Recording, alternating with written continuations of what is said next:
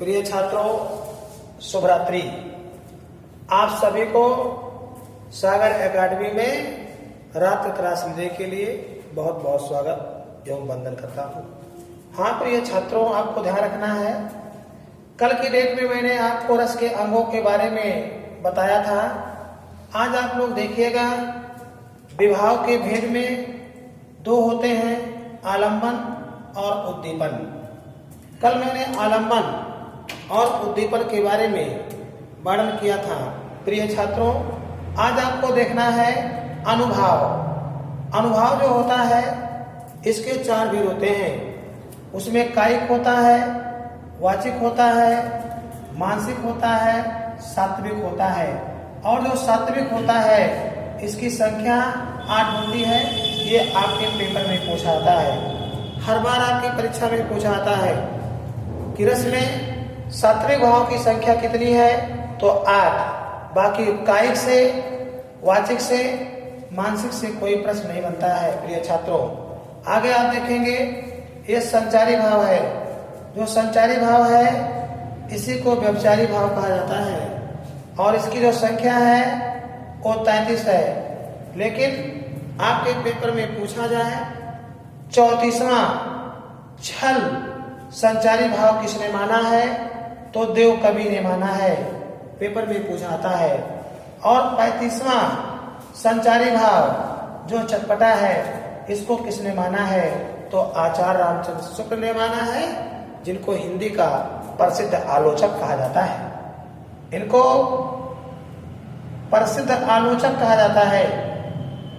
ये हिंदी के प्रसिद्ध आलोचक हैं। प्रिय छात्रों, आपके पेपर में क्वेश्चन पूछा जाता है। और अगला प्रश्न बनता है, अस्थाई भाव की संख्या कितनी होती है, तो 9 होती है। इतनी बात सबको क्लियर हो गई है।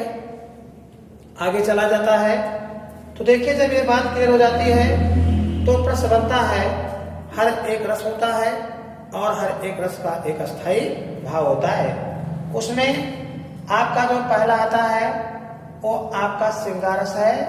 और श्रृंगार जो रस है, इसका जो अस्थाई भाव है वो रति है या प्रेम है। ये बात हमारे छात्रों के दिमाग में होना चाहिए। दूसरा प्रश्न ये बनता है, जो श्रृंगार रस है, इसको रसराज कहा जाता है।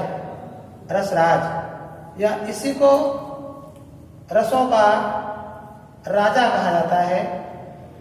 और ये क्वेश्चन 2014 में टीईटी परीक्षा में पूछा गया था, किस रस को रसों का राजा कहते हैं, तो श्रृंगार को कहते हैं। अब क्या पूछेगा, रसों का राजा किसने कहा, किसने कहा, तो प्रिय छात्रों, किसने कहा की बात आती है, तो भोजदेव ने कहा था। भोजदेव ने रसों का राजा कहा था श्रृंगार को। इतनी बात सबके समझ में आ गई है। अब प्रश्न बनता है कि संयोग श्रृंगार और वियोग श्रृंगार, ये किसके अंग हैं, तो श्रृंगार के अंग हैं, 2 होते हैं। ये संयोग श्रृंगार है, ये वियोग श्रृंगार है। संयोग श्रृंगार को संभोग श्रृंगार कहा जाता है और जो वियोग श्रृंगार है, इसको विप्रलंब श्रृंगार कहा जाता है। इतनी बात आपकी समझ में आना चाहिए। अब श्रृंगार रस को लोग पढ़ते हैं, बच्चों को समस्या होती है, तो आपको ध्यान रखना चाहिए, इसको पहचानने के एक शॉर्टकट ट्रिक, एक शॉर्टकट फार्मूला है।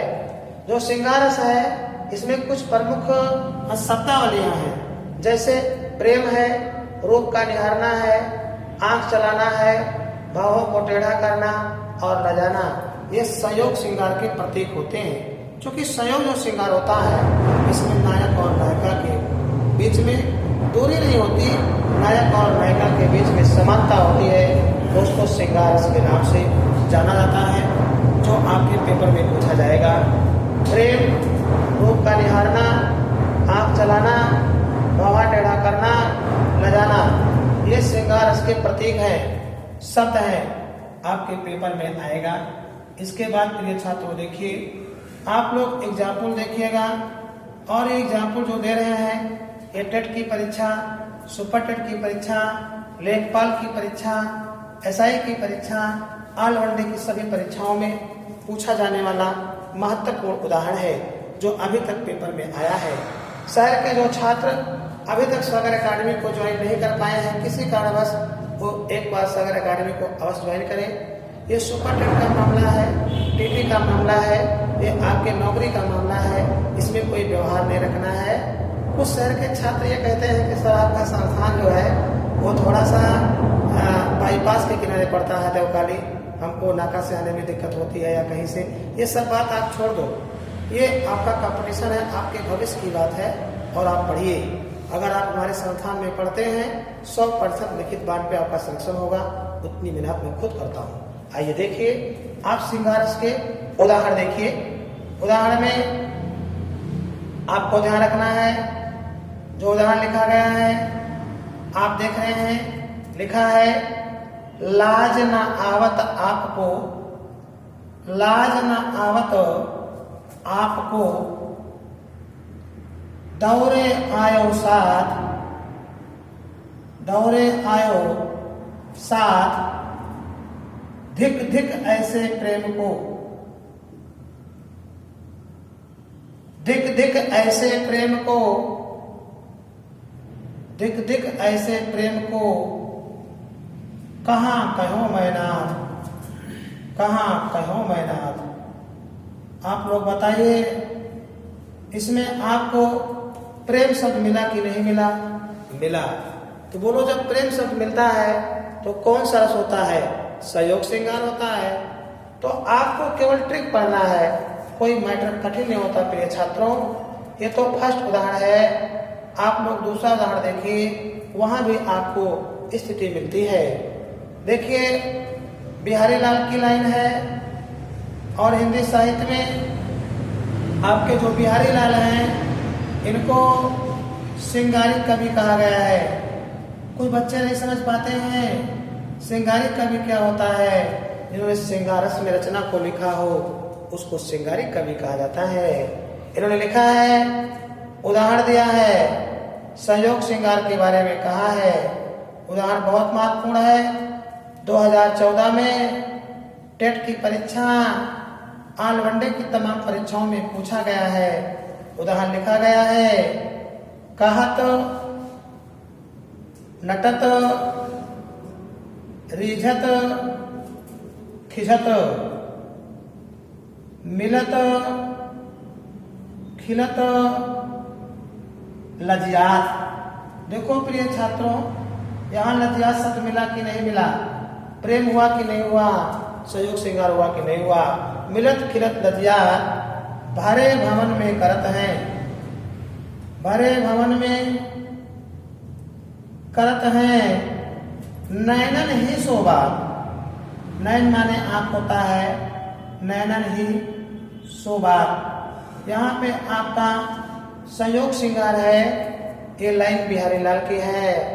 उन्होंने कहा है कि कहत नटत रिझत खिझत मिलत खिलत लज्जात भरे भवन में करत है, नैन ही शोभा। ये सहयोग श्रृंगार का डायग्राम है, ये आपके सहयोग श्रृंगार है।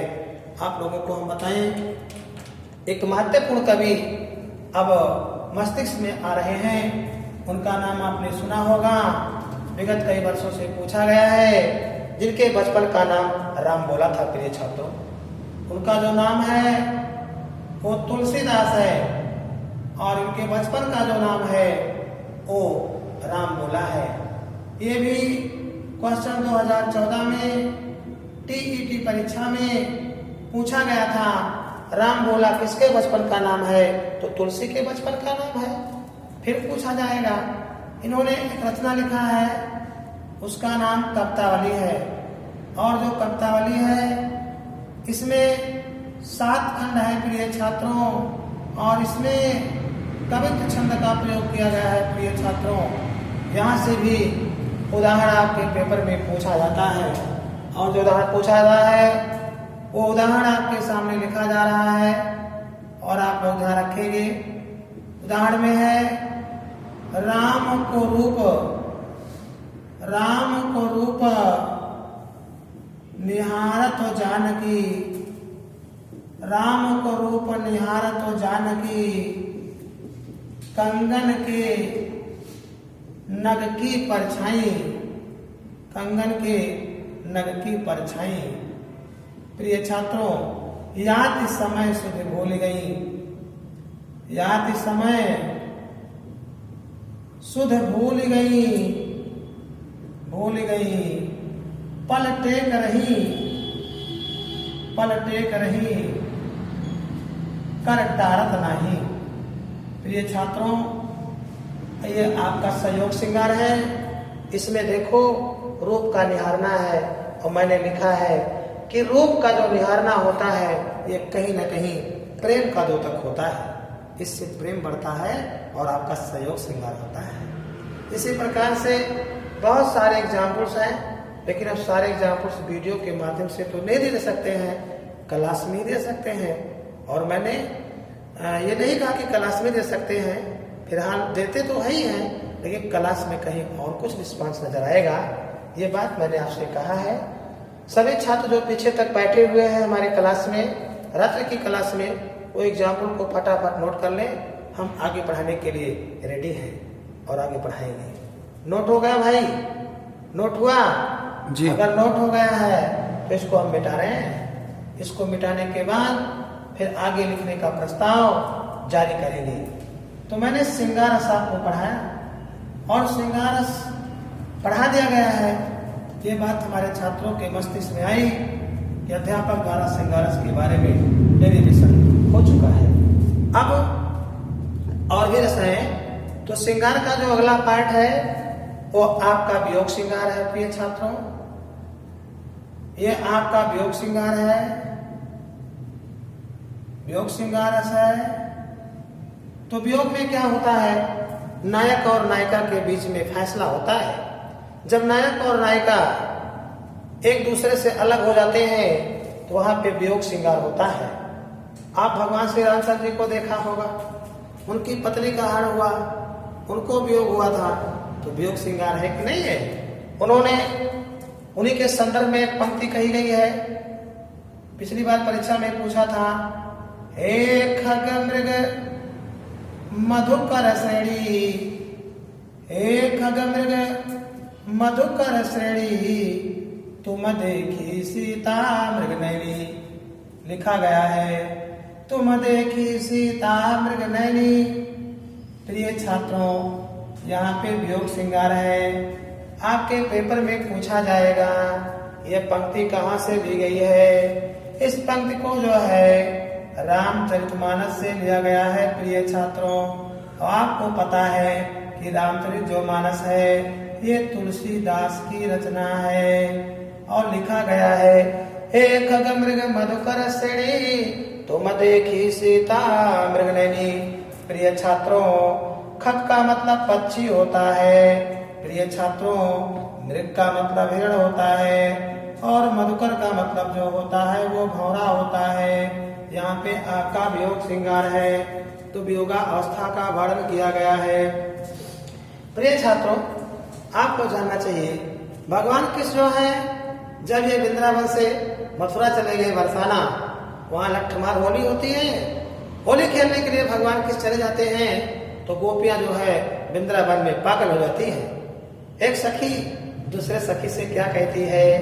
कहती है, ये उदाहरण है प्रिय छात्रों, वो कहती है, क्या कहती है?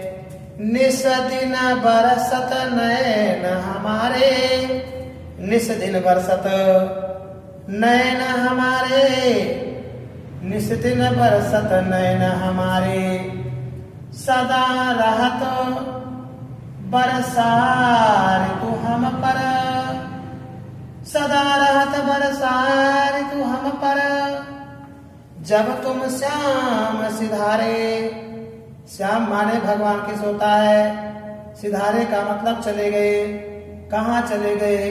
मथुरा चले गए। प्रिय छात्रों, बोलो यहाँ वियोग श्रृंगार है कि नहीं है? है। एक पॉइंट और, निस्दिन का एक अर्थ निकलता है दिन और रात, और जब दिन और रात निकलता है प्रिय छात्रों यहाँ द्वंद्व समास होता है। बस आज का काम इसी पर समाप्त करते हैं और कल मिलेंगे तो फिर आपको पढ़ाएंगे।